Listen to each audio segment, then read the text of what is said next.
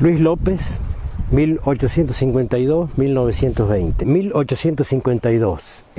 Estamos hablando de un año antes de la batalla de Caseros, un año antes de la Constitución de 1853. En la provincia de La Rioja, obviamente, todavía reinaba a sus anchas el general Ángel Vicente Peñalosa. Y aquí esta tumba que tiene una referencia histórica de don Luis López, ¿no? Yo personalmente creía que el puesto del finado Luis hacía referencia a don Luis López, y la verdad que no. Pero esta tumba, que es una referencia y que está muy cerca del casco de la estancia San Pedro, pero la historia de esta tumba comienza en el bajo de El Cajoncito, en el campamento de los negros, dentro del campo de la Isabel. Y hasta allá vamos.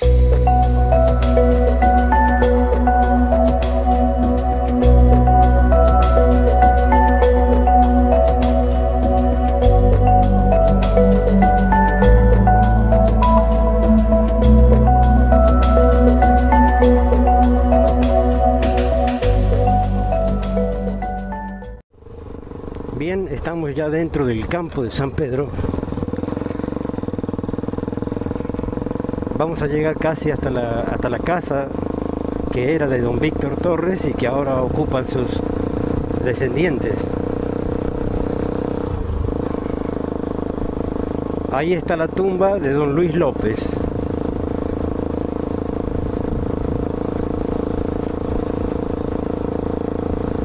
Y luego más atrás, obviamente, vamos a contar la historia de don Audifa Ponce, otra tumba que es casi ya una referencia geográfica.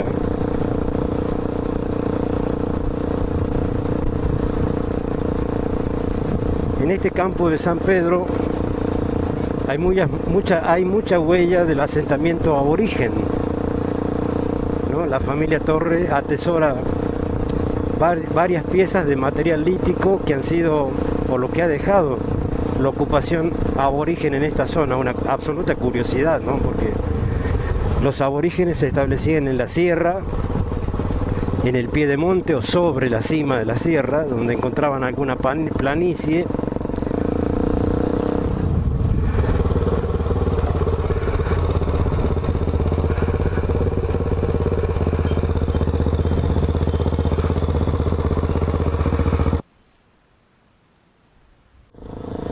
Por segunda vez entramos a La Espinillo en esta serie de videos que estamos haciendo. Aquí vive la familia Flores y El Espinillo es una estancia muy conocida, muy famosa, que perteneció originalmente a don Arsenio Flores, que también tuvo un hijo de nombre homónimo, es decir, otro Arsenio, que es el padre de los actuales tenedores de la estancia. Aquí reina don Luis Flores, obviamente don Luis Flores ostenta el mayorazgo dentro de la familia. Y bueno, la verdad, El Espinillo, un lugar hermoso. El Espinillo está casi pegado al casco de la estancia La Isabel. Así que acá a unos metros vamos a dar con el ingreso a la Isabel, ¿no?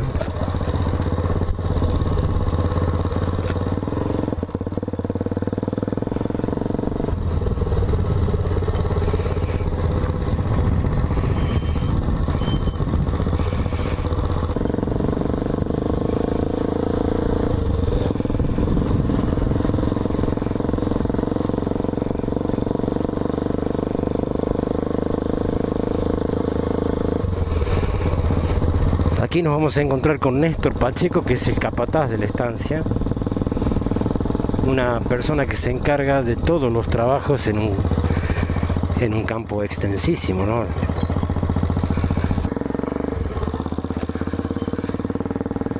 Bien, vamos a salir de la Isabel y nos vamos hasta cerca del campamento, históricamente el Pozo de los Negros.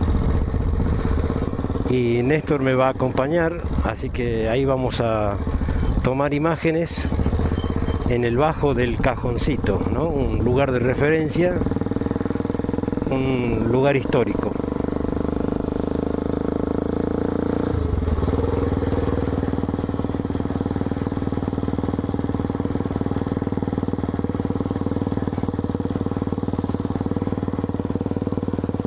La Isabel es un lugar histórico porque, además del campamento, es un campo muy extenso que originalmente perteneció o que era parte de Pinas. Cuando en el año 1900 se hizo la línea divisoria entre Córdoba y La Rioja,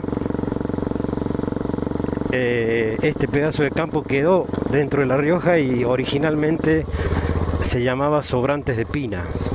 Así lo vendió la inmobiliaria, que le vendió el campo a don Pesqué, a don Enrique Pesqué, que lo compró allá en Buenos Aires sin conocer la zona.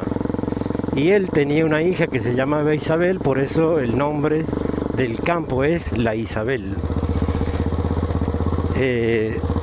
Varios años la familia Pesqué fue propietaria del campo, pero la verdad que nunca se establecieron definitivamente, sino que venían de forma esporádica.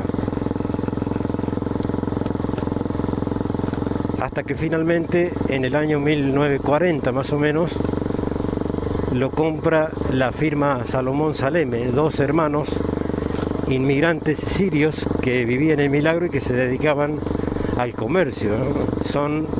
Las dos familias son propietarias de los almacenes de ramos generales más conocidos de Milagro.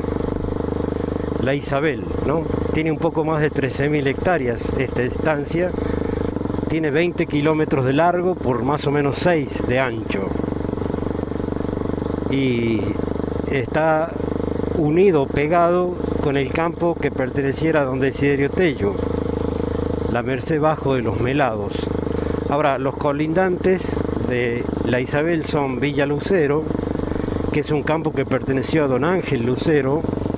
Después está el Valde de Doña Felipa, un campo inmenso de unas 10.000 hectáreas, que perteneciera a doña Felipa Llanos Tello, hermana del ingeniero Enrique Llanos, que era dueño del Amarillo, y como ella era descendiente de don Desiderio,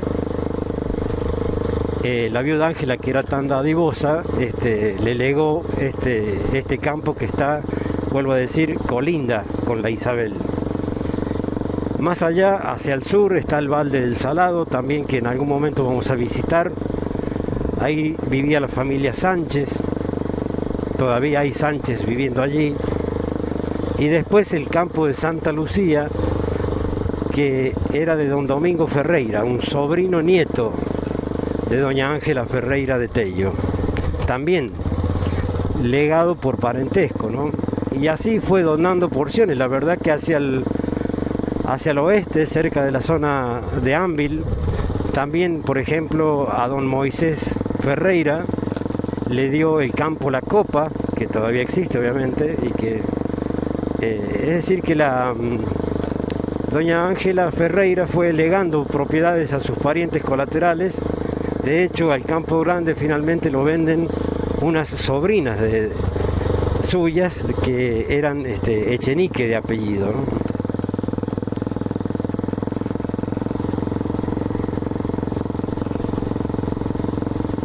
Así que vamos por el costado del poniente, el costado oeste de La Isabel, como si fuésemos hasta el campamento, porque la verdad este campo tiene carril a la vuelta, es decir, se lo puede recorrer sobre camino a la vuelta de la estancia.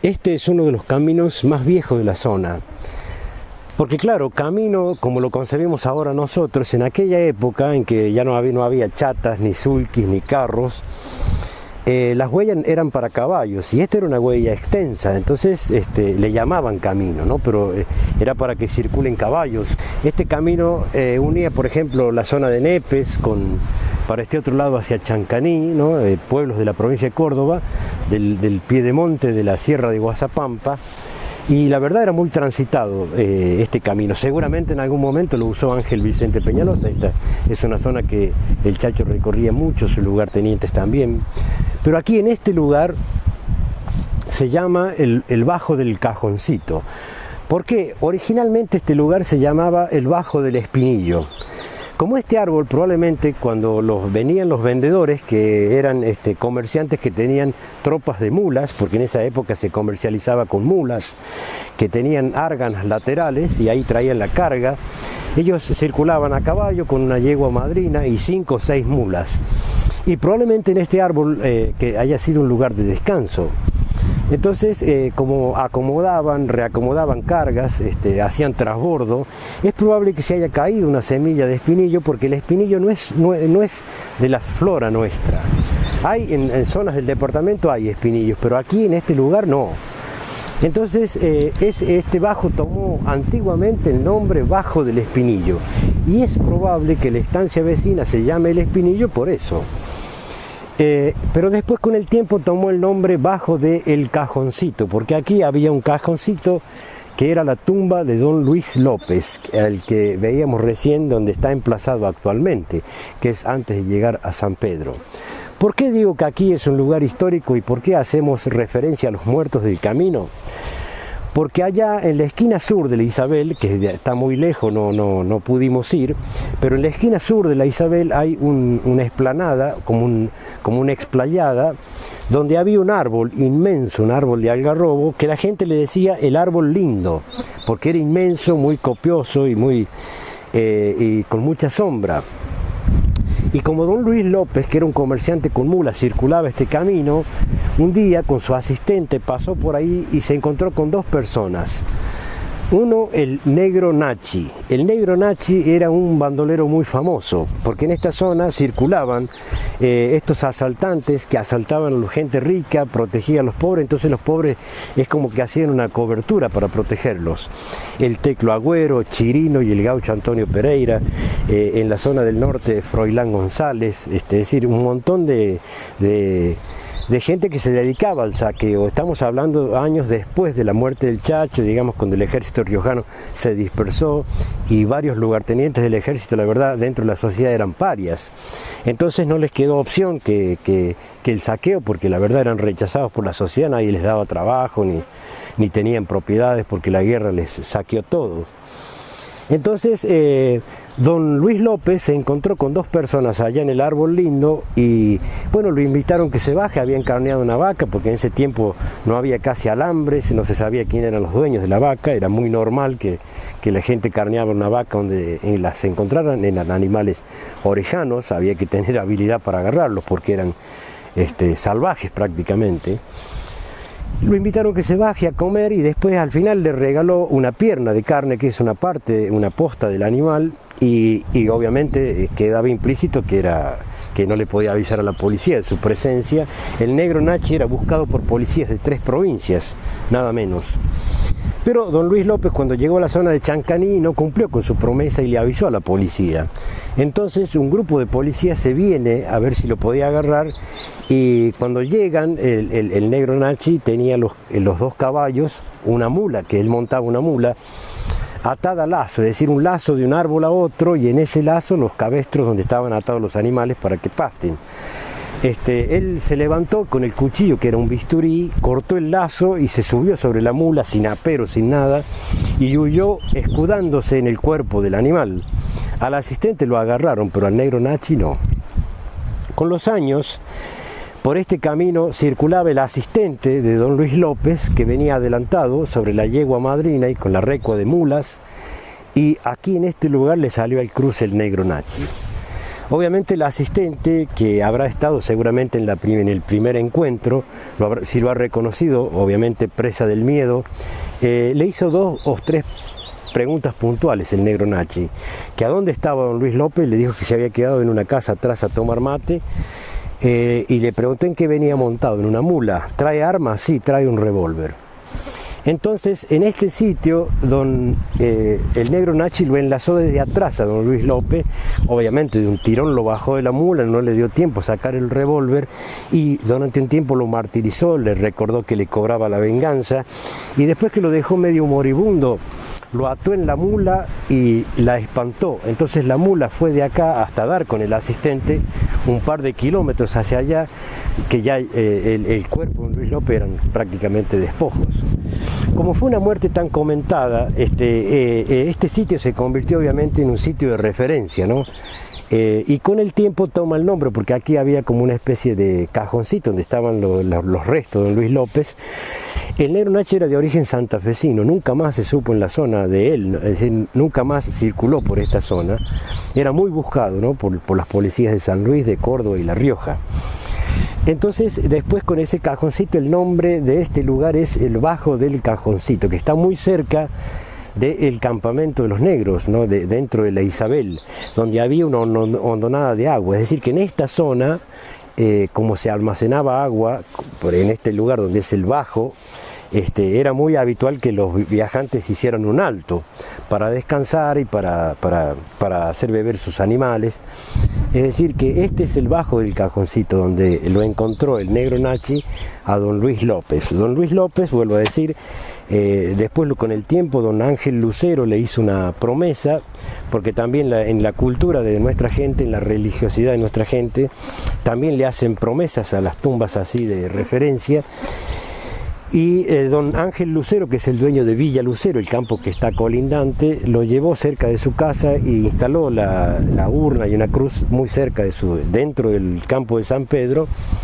Y con el tiempo don Antonio González, que vivía en San Pedro, lo traslada y lo emplaza en el lugar que está ahora, en el camino. Es decir, que la gente tiene un respeto reverencial por este tipo de tumbas, porque bueno, las va trasladando a los lugares donde circula gente para que la gente les prenda velas. Así que esa fue la peregrinación de la tumba de don Luis López. Primero aquí, en este lugar donde lo ultimaron, después allí en Villa Lucero y después en el camino que llega a San Pedro, ¿no?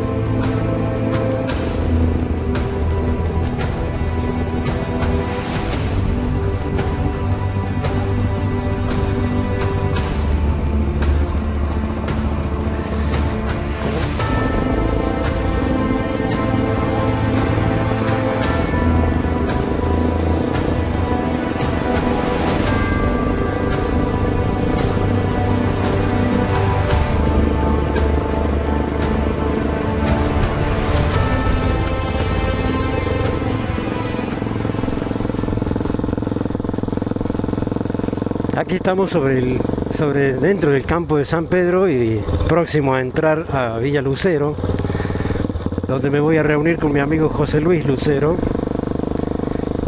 que me va a acompañar a visitar la tumba de otro muerto ilustre y que es una referencia geográfica, una referencia de ubicación, ¿no?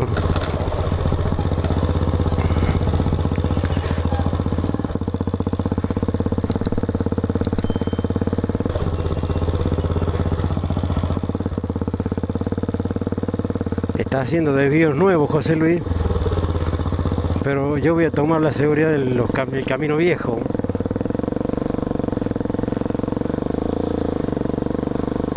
La gente hace desechos, les llama desechos, que son desvíos de los caminos centrales, cuando el terreno es blando y las lluvias entorpecen el camino. Entonces,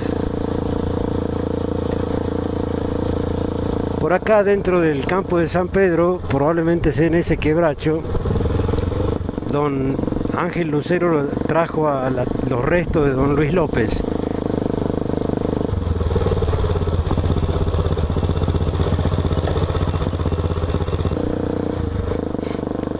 Don Ángel Lucero se dedicaba a proveer a los obrajes con una especie de cantina itinerante. La verdad, tenía cantinas muy importantes en varios centros obrajeros, ¿no? Para abastecer a los obrajes de comida, de tabaco, de papel, de herramientas, de ropa. Y finalmente compró esta fracción de campo, que son casi 1000 hectáreas,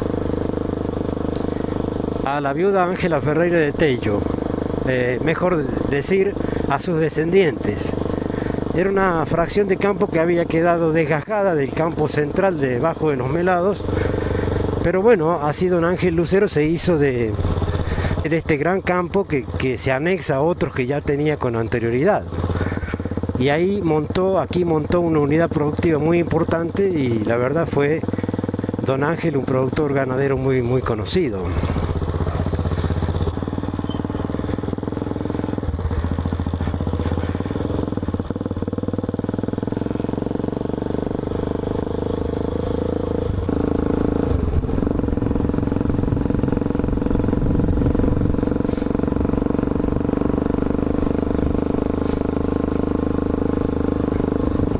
José Luis viene en auto porque se moviliza en auto.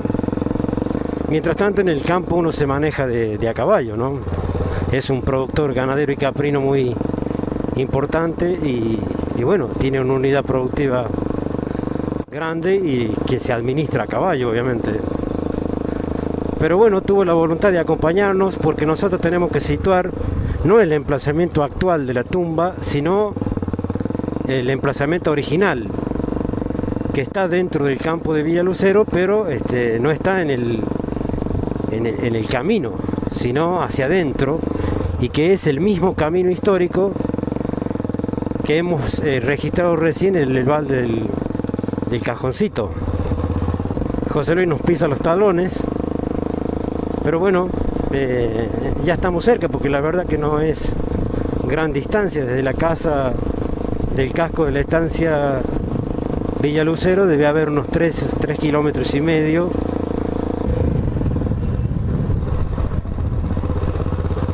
Aquí es el lugar donde vamos.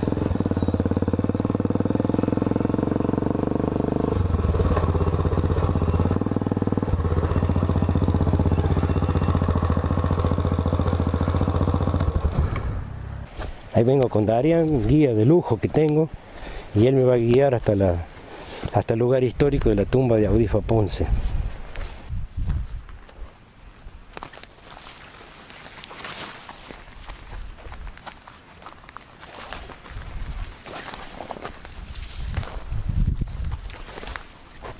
Bueno, acá estamos muy ubicados, muy cerca del camino histórico, que es el más antiguo de la zona y que describíamos recién cuando fuimos hasta el Bajo del Cajoncito. Y en este quebracho hay señas de una cruz muy vieja. Aquí lo encontraron a don Audifa Ponce, don Ángel Lucero, el propietario de Villa Lucero. Don Audifa era un personaje muy conocido, ¿no? Una persona muy mansa, que no tenía casa fija, sino que andaba de casa en casa, era querido por todo el mundo. Y él andaba caminando, él deambulaba por todos los caminos de la zona a pie. Don Ángel lo encontró 2 o 3 días después de su fallecimiento al pie de este quebracho, que cuando se hizo la tala del bosque, don Ángel pidió expresamente que este quebracho no se toque, donde estaba la cruz de don Audifa Ponce. Y lo encontraron, vuelvo a decir, 2 o 3 días después de fallecido, y él supone que se murió de sed, porque como circulaba en la zona, probablemente el sol, que es calcinante en nuestra zona, lo alcanzó y se murió de sed. Otra versión que tenemos y que la brindó doña Chabela Sánchez. Doña Chabela Sánchez era una especie de institución en la zona, se murió hace muy poco, de 100 y pico de años, y era una de las mujeres que mayor memoria y que conversa las historias de nuestra zona. Ella dice que don Audifa circulaba por este camino cuando vio que de frente venían 2 jinetes. Entonces él se apartó del camino y los 2 jinetes, puros envalentonados, hicieron un disparo para asustarlo, sin muy clara la intención de pegarle. Pero lamentablemente que le pegaron el tiro y él se murió herido de ese disparo. Es decir, hay 2 versiones de la muerte de don Audifa. El tema es que fue una muerte muy comentada porque era una persona muy conocida, y en este lugar donde lo encontraron. Después la tumba se trasladó cerca del camino y es una referencia geográfica, digamos, ¿no? De la tumba de Audifa hay distancias, X distancia para uno u otro viento. Audifa Ponce, un nombre muy extraño, no lo encontré en el diccionario ni está en la nómina de nombres castellanos el nombre Audifa, pero la verdad así se llamaba.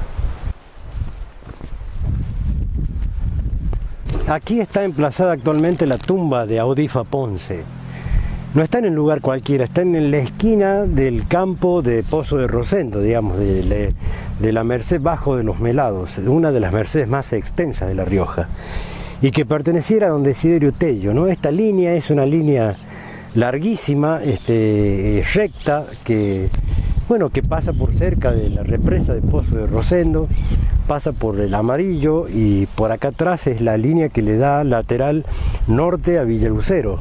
Así que esta esquina es lo que quedó después de que esta fracción de tierra la viuda Ángela le cediera a sus parientes colaterales.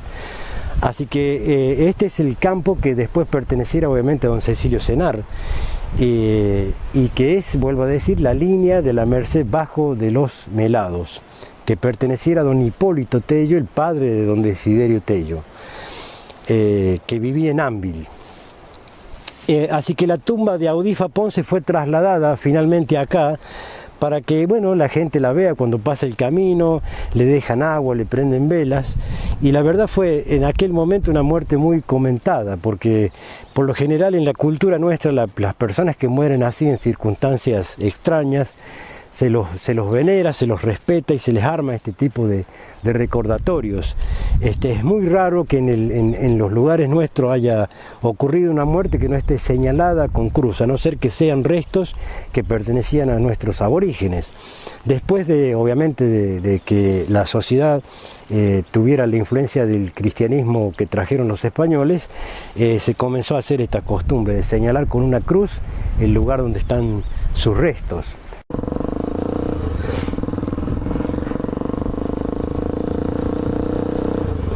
Salimos de Villa Lucero, este camino hacia el sur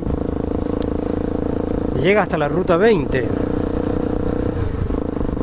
pasa por el Valde del Finado Luis, un campo también que vamos a visitar dentro de poco, el Valde del Salado, Santa Lucía, hasta su punto terminal en la ruta 20. Ahora vamos a salir al camino que nos va a llevar a Milagro, es el camino que se extiende desde Milagro hasta la estancia El Isabel.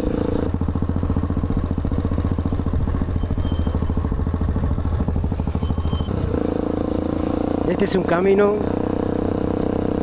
que obviamente trae la extensión de la red eléctrica que va hasta la Isabel. Extrañamente, la línea eléctrica nunca entró a Villa Lucero.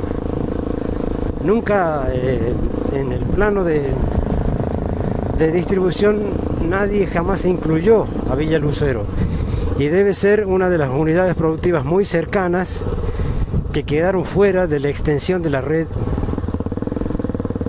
de la electrificación rural. Esperemos que pronto se repare ese error. Bien, lo que vamos a pedir al final es que se suscriban a nuestro canal para ver nuestros videos, que comenten, que pongan si les gusta o no.